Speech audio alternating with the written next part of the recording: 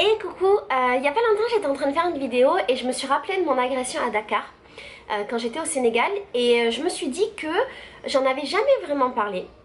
Je sais pas si c'est conscient ou inconscient, j'avais juste mis les vidéos qu'on avait tournées à Dakar après l'agression et que j'avais jamais vraiment fait de bilan sur cette agression et je me suis dit aussi que ça pouvait être intéressant pour toi, pour vous, d'avoir un regard avec beaucoup de recul sur une agression qui peut être assez traumatisante.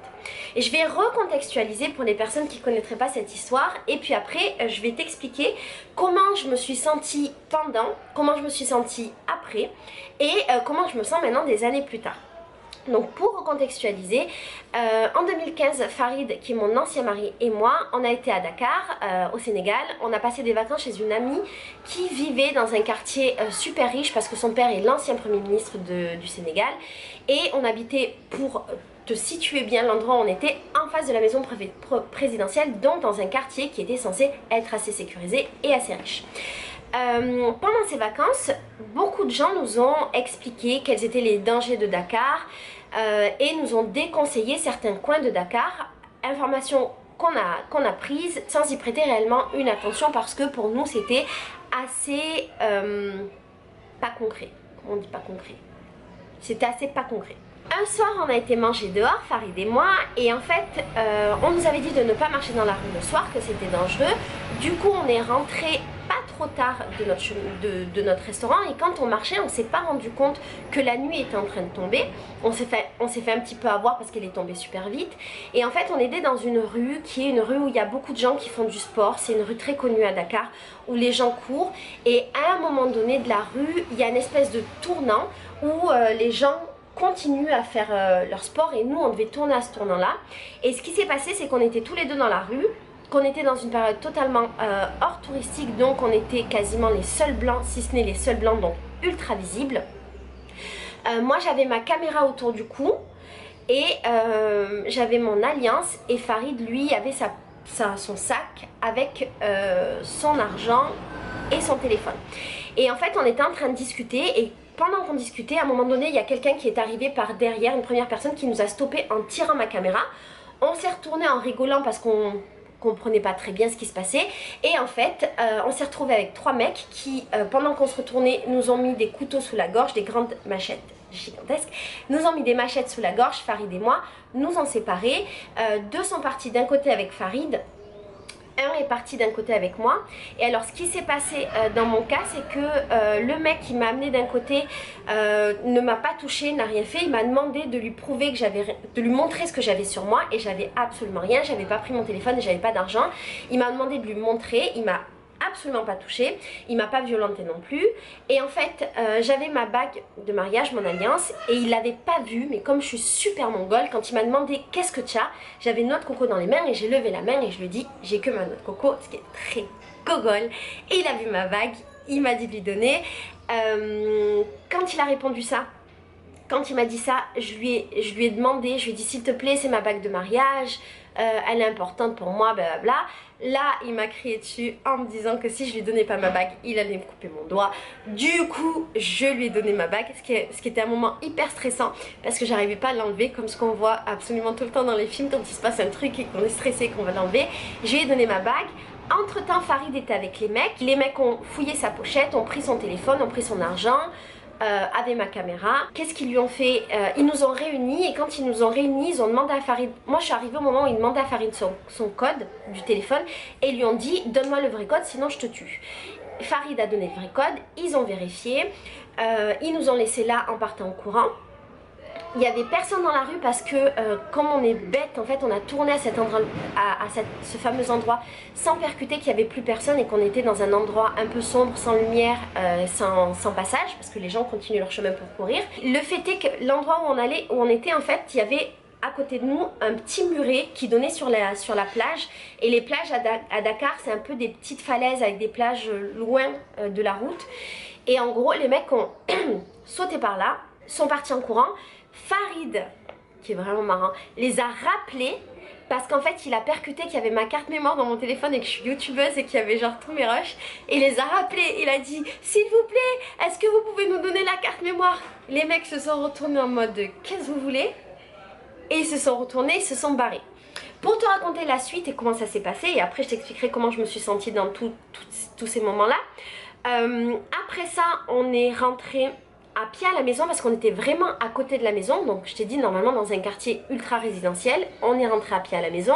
Quand on est arrivé à la maison, il y avait le père de l'amie chez laquelle j'étais, il y avait le père et la mère. On a raconté l'histoire, ils nous ont dit qu'en fait le lieu où on s'était fait agresser, c'était exactement le lieu où ils nous avaient dit de ne pas aller, de faire attention, et exactement là où tout le monde se faisait agresser.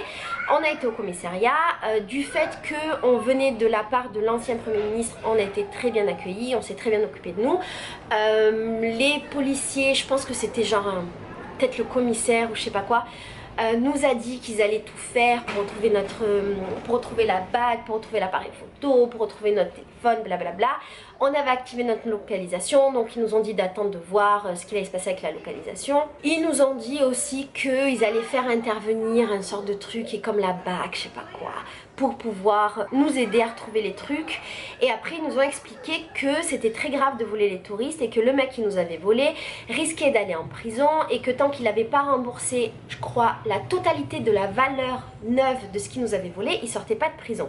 C'est-à-dire un appareil photo, une bague, un iPhone et de l'argent. Quand il nous a dit ça, moi j'étais à deux doigts d'arrêter en fait la plainte parce que je sais pas si tu vas comprendre, mais en fait je te l'expliquerai peut-être mieux après, mais j'avais pas envie que pour des raisons matérielles, quelqu'un qui m'avait volé très certainement parce qu'il avait besoin de vivre, de manger, ou peut-être juste parce que c'est une mauvaise personne, mais j'avais pas envie que cette personne se retrouve à passer genre 10 ans en prison juste pour quelque chose de matériel qui moi me faisait pas tant de mal que ça. Ça faisait chier, mais c'est juste un appareil photo, c'est juste une bague à 100 € de Leclerc et c'était juste un téléphone. Ça me faisait vraiment chier, donc j'étais à deux doigts d'annuler ma plainte et finalement, je crois qu'on l'a maintenue, mais je suis plus très sûre de l'avoir maintenue. Je suis vraiment plus très sûre. Bref, on a fait tous les trucs comme ça. Le lendemain matin, on a eu une alerte Apple parce qu'en fait, notre téléphone avait été localisé et il avait été géolocalisé dans un marché qui est le marché de recel de tout ce qui est volé. Et du coup, Farid et moi, on a couru à la police pour pouvoir leur dire. Quand on est arrivé, les mecs ont mis 1000 ans à s'occuper de nous. Quand on leur a dit, ils ont mis 1000 ans à prendre le truc, à comprendre, à se mettre en marche, nanana. Et comme c'était midi, ils nous ont dit que c'était mieux qu'ils commencent les recherches après manger, qu'il fallait qu'on les invite à manger, qu'on aille manger au restaurant avec eux. C'était un gros bordel, ils nous faisaient des blagues et c'était pas du tout sérieux, ça n'avait aucun sens. On a compris, mais on n'est pas sûr, on a compris qu'il aurait fallu qu'on les paye un petit peu pour qu'ils se bougent. Ils se sont pas bougés, ils ont absolument envoyé personne, ils nous ont dit que dans tous les cas c'était trop tard parce que c'était le marché du recel et qu'ils n'arriveraient jamais à les trouver. Farid a voulu aller tout seul au marché de recel pour récupérer les trucs, pour les trouver. Et en fait, je me suis disputée avec lui parce que je voulais pas, je trouvais ça dangereux. La veille, on s'était fait agresser avec des mecs qui avaient des machettes. On est dans un pays où les gens sont violents. C'est une réalité. Enfin, je dirais pas que les Sénégalais sont violents, c'est pas du tout ça, mais la violence est différente que la violence qu'on a en France. En France, c'est assez rare que tu te fasses agresser avec une machette, donc la violence est quand même différente. On était dans un pays dangereux, dans une ville dangereuse, et lui, un blanc comme ça, il voulait aller dans un marché où on allait voir que lui pour récupérer ce qui s'était fait voler la veille. Ça n'avait aucun sens. Donc je me suis disputée avec lui, il a voulu y aller quand même parce qu'il s'en bat les steaks. Et la chance que j'ai eue et la malchance qu'il a eue, c'est que les mecs ont réussi à enlever la localisation du téléphone parce qu'en fait quand on leur a donné le code du téléphone, ils sont allés sur notre messagerie, ils ont fait un truc genre de réinitiation du code Apple, ils ont été sur notre messagerie pour récupérer le mail de réinitialisation, trop con qu'il faut jamais faire d'ailleurs. Les trucs de réinitialisation, faut pas les mettre dans les mails qu'on reçoit sur le téléphone, ça n'a aucun sens. Et du coup ils ont réinitialisé, ils ont fait leur live et il n'y avait plus de localisation. Et ils ont fait la localisation. Voilà pour l'histoire. Maintenant, je voudrais t'expliquer comment je me suis sentie sur le moment, comment je me suis sentie le lendemain et comment je me sens maintenant face à cette histoire 5 ans après. Sur le moment, je vais pas te mentir, j'ai eu très peur. J'avais jamais vécu d'agression aussi violente, même si on m'a pas violentée physiquement. Pour moi, c'était très difficile le fait d'être séparée de mon mari, le fait qu'on nous mette l'un et l'autre.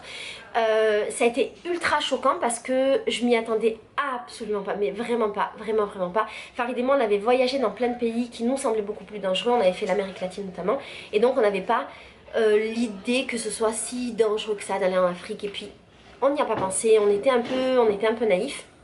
Donc ça a été pour moi très violent. Le fait qu'on soit séparés, je me suis fait beaucoup d'idées. J'ai eu très peur que Farid, par exemple, essaye de faire un peu le mec chaud, qu'il essaye de se battre, qu'il essaye de rebeller, qu'il veuille pas donner ses trucs, machin. Parce que Farid de base est assez bagarreur. La chance que j'ai eue, c'est qu'il a rien fait du tout et qu'il a eu l'intelligence de tout donner et de calmer le jeu et de demander surtout qu'on me fasse rien. La chance que j'ai eue, c'est qu'effectivement, les mecs n'ont rien fait et que, au final, c'était des voleurs assez respectueux. J'ai eu très peur. La première réaction qu'on a eue après, en fait, de suite après, ça a été d'en rigoler et de se dire bon, on s'est tellement fait voler toute notre vie, ce qui est plutôt vrai. Si tu connais mes aventures, tu sais que Farid et moi, on s'est fait voler partout dans le monde. Et moi, je me suis fait voler partout dans le monde. La première réaction, ça a été de dire que on s'en battait les steaks, qu'au final il n'y avait qu'un seul téléphone qui avait été volé. La chance qu'on a aussi, et ça nous a permis de relativiser sur la question matérielle, c'est que nous on avait des magasins de téléphone, donc à nos yeux un téléphone ça n'avait pas la même valeur qu'une personne qui a mis 1000 € pour l'acheter. Nous les téléphones qu'on avait c'était les téléphones de nos magasins qui étaient souvent les téléphones qu'on récupérait des gens, donc en occasion et qui valaient pas grand chose. Donc ça nous a fait relativiser sur la question du téléphone. Donc notre première réaction ça a été d'en rigoler et on en a rigolé jusqu'à la maison, on a été à la police en étant hyper décontracté. Et qu'est-ce qui s'est passé juste après? Déjà, moi j'ai pris conscience à quel point la vie ne tenait qu'à un fil. Et d'ailleurs j'en ai pris conscience pendant l'agression. J'ai eu surtout peur pour Farid en fait, réellement. J'ai eu surtout peur qu'il lui arrive quelque chose. Et à aucun moment, bizarrement, j'ai pensé que moi, on pouvait me faire du mal. J'ai pensé après en fait, je me suis dit ah il aurait pu me faire du mal, il aurait pu me toucher, il aurait pu, on sait jamais, on sait pas ce qu'il aurait pu faire, d'autant que c'était 3 mecs et que c'était très facile de mettre Farid d'un côté et qu'il y en ait un qui me fasse quelque chose ou deux, ou on sait pas. Donc j'ai surtout eu peur pour lui, je me suis dit que je pouvais perdre mon mari et c'est ce qui a été le plus terrible pour moi. Je pense que j'en ai beaucoup pris conscience une fois que c'était passé. Comme je te disais au début on en a ri, le lendemain je faisais beaucoup moins ma mac et en fait le lendemain j'étais assez choquée. Et disons que j'ai eu un temps d'adaptation pour comprendre ce qui s'était passé. Le lendemain, je suis pas sortie de la maison, je suis restée au lit. J'avais même envie de quitter le Sénégal. Et la chance que j'ai, c'est que Farid, c'est quelqu'un d'assez battant. Et chaque fois que j'ai été triste dans ma vie, son message c'était genre Laetitia, bouge-toi, t'es pas une pleureuse, t'es pas une faible, et nanana, et nanana. C'est bien, c'est pas bien, chacun règle ses traumatismes comme il le veut ou comme il le peut. Lui il règle les choses comme ça et pendant 8 ans de vie commune, chaque fois qu'on a eu des problèmes, c'est comme ça qu'il m'a fait surmonter le moindre traumatisme qu'on avait et tous les vols qu'on avait. Du coup j'ai très vite repris du poil de la bête et en fait on s'est obligé le surlendemain à ressortir, à remarcher là où on s'était fait agresser et à retourner manger dehors et à continuer à vivre. Par contre je me suis rendu compte que pendant assez longtemps après cette agression, j'avais peur quand on venait derrière moi et je sursautais quand quelqu'un approchait derrière moi. Et parfois encore aujourd'hui ça peut m'arriver de sursauter et je sais pertinemment que ça vient de cette expérience. Alors maintenant avec le recul, 5 ans sont passés, qu'est-ce que j'ai tiré ou qu'est-ce que je pense de cette expérience qu'on a vécue? La première chose c'est que j'ai compris que quand on arrivait quelque part et que les locaux nous disaient quelque chose, il fallait toujours en tenir compte. Effectivement les locaux peuvent en rajouter, par exemple au Brésil les gens en rajoutent énormément sur la violence, mais il y a toujours du vrai dans ce qu'ils disent et quand les gens disent de ne pas aller dans tel ou tel endroit, telle ou telle rue, il faut les écouter parce que eux ont l'expérience et on a beau faire nos macs et dire oui mais ça va, j'ai voyagé, j'ai déjà vécu des trucs, nanana, ça ne vaudra jamais l'expérience des locaux et au final ils auront toujours raison. Quand on a été sur le site de l'ambassade française, l'endroit où on s'était fait agresser était répertorié. Ça c'est aussi un truc que j'ai appris. Maintenant quand je visite un pays, avant d'y aller, je vais sur le site de l'ambassade, je regarde ce qu'ils disent et je fais hyper attention quand j'arrive et je questionne beaucoup les gens. Ça vient des différentes agressions qu'on a pu avoir mais surtout de celle-ci. Ce dont je me suis rendu compte après aussi c'est, mais je me suis rendu compte très vite, c'est qu'on avait été ultra naïf et très négligent sur plein de trucs. On s'est pas rendu compte qu'on était les seuls blancs tout le temps dans la rue parce qu'on était en période hors saison. On s'est pas rendu compte que c'était dangereux parce que ça n'a pas du tout l'air dangereux en fait Dakar et il s'avère que l'endroit où on s'était fait agresser était un endroit super dangereux, la police était au courant, ce qui est fou, et il y avait régulièrement des agressions là, et dans la même semaine où nous on s'est fait agresser, il y a un mec qui s'est fait agresser, je crois la veille, et un autre qui s'était fait agresser et qui n'a pas voulu donner son portable et qui s'est fait tuer. Donc on était vraiment dans un endroit dangereux. On a été super naïfs de pas prendre la mesure de la dangerosité du lieu et surtout de se balader comme ça, habillé en touriste. Moi j'étais en short avec mes baskets, un débardeur, enfin super touriste. J'avais vraiment l'air d'être la meuf qui vit pas du tout là. Et Farid aussi. J'avais ma caméra autour du cou parce que j'avais fait plein d'autres pays où c'était super possible et que voilà, je prenais pas la mesure de la dangerosité parce qu'encore une fois Dakar ça a l'air super tranquille quand il va et avoir la caméra autour du cou c'est quelque chose que maintenant je fais pas du tout, je le fais pas au Brésil par exemple. Donc on a eu plein de négligences. On a eu la négligence aussi par exemple de pas assez regarder autour de nous. Je me suis rendu compte que le fait d'être en couple ça a enlevé un petit peu de la négligence. Quand t'es avec beaucoup de gens tu peux être pris dans des conversations, dans des machins, enfin des mots, on était en train de rigoler, on s'achetait notre coco, on faisait notre vie. Donc on n'a pas vu qu'on était suivis, on n'a pas vu qu'il y avait des gens bizarres autour de nous, on n'a pas vu les mecs arriver avec des machettes. Franchement une machette c'est grand, 3 mecs avec des machettes. Et ça m'a donné une leçon parce qu'après moi quand j'ai voyagé toute seule j'étais ultra vigilante et j'étais ultra alerte et si je devais retourner au Sénégal ou dans un autre pays d'Afrique je serais ultra alerte comme je peux l'être ici à Rio. Ça m'a aussi donné beaucoup d'assurance pour voyager ce qui s'est passé, ça m'a donné déjà beaucoup de confiance. Ça c'est important, beaucoup de confiance en mon couple, en la réaction de Farid et ça m'a donné beaucoup d'assurance moi en tant que voyageuse seule parce que comme je te disais ça m'a appris à être alerte et ça a pointé du doigt les erreurs que j'avais pu commettre pour essayer de ne plus les commettre. Ça ne veut pas dire que j'y arriverai, pour essayer de ne plus les commettre. Quand il s'est passé ça, il y a beaucoup de gens qui m'ont dit Laetitia mais quitte ce pays, Laetitia pourquoi tu voyages, tu devrais pas voyager mais reste en France, ça n'a aucun sens de prendre des risques, blablabla. Cette agression elle m'a donné encore plus envie de voyager parce que oui se faire voler, se faire agresser ça peut faire partie du jeu et un truc qui est important de savoir c'est que il vaut mieux voyager, vivre 1 million d'expériences incroyables et de temps en temps une expérience pas incroyable comme celle-ci plutôt que vivre dans une vie qui ne nous offre pas du tout d'expérience incroyable et qui ne nous offre pas non plus d'expérience pas incroyable. Moi je préfère une vie riche avec des hauts et des bas et ça me va très bien. Et puis l'autre truc qui est important de souligner c'est qu'on peut se faire agresser absolument partout dans le monde, on peut avoir des accidents et des risques absolument partout dans le monde, on peut mourir en sortant de chez soi comme on peut mourir en étant à l'autre bout du monde et pour moi il n'y a pas une corrélation entre le fait de voyager beaucoup et d'avoir plus de risques de se faire agresser et compagnie. Peut-être qu'il y en a une, peut-être qu'il y a des études qui montrent qu'on se fait agresser plus et peut-être que c'est dû au fait que effectivement on prend plus de risques parce qu'on vit plus d'expériences qui sortent du lot, qui sortent de notre quotidien. Du coup cette expérience n'est pas tant pas bénéfique que ça. Comment on dit pas bénéfique? Je sais plus, je trouve plus mes mots en français. Mais en tout cas cette expérience globalement est plutôt bénéfique. Elle m'a appris beaucoup de choses. Elle a laissé des séquelles. Et si jamais toi tu vis une expérience similaire, je voudrais te dire que ne t'inquiète pas, ça va aller, ça va plus t'apprendre au final que le traumatisme que ça va te laisser.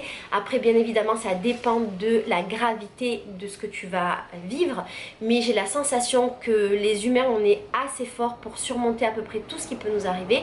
Donc si jamais ça t'est arrivé, sache que ça ira mieux après. Et si jamais ça t'est pas arrivé et que tu en as peur, comme je dis à tous les gens à qui je fais des tours ici à Rio, oui effectivement ça peut arriver, ça fait partie du jeu, on peut se faire agresser, on peut se faire voler, on peut se faire agresser d'une manière plus ou moins violente. Ici par exemple à Rio quand on se fait agresser c'est quasiment toujours avec une arme, c'est ultra traumatisant mais on s'en remet. Il y a de très fortes chances pour que ça n'arrive pas, ça reste quand même des exceptions et si on fait bien attention et qu'on prend les mesures nécessaires pour se protéger de ça, a priori il n'arrive rien. Voilà, si jamais tu as vécu des expériences similaires, si tu en es sorti grandi, si au contraire tu n'arrives pas à t'en remettre, n'hésite pas à en parler dans les commentaires pour que tous ensemble on puisse partager des expériences et s'entraider en tant qu'humain. Voilà, je te fais des gros bisous, je te dis à bientôt, n'hésite pas à me poser des questions si tu en as. Bisous.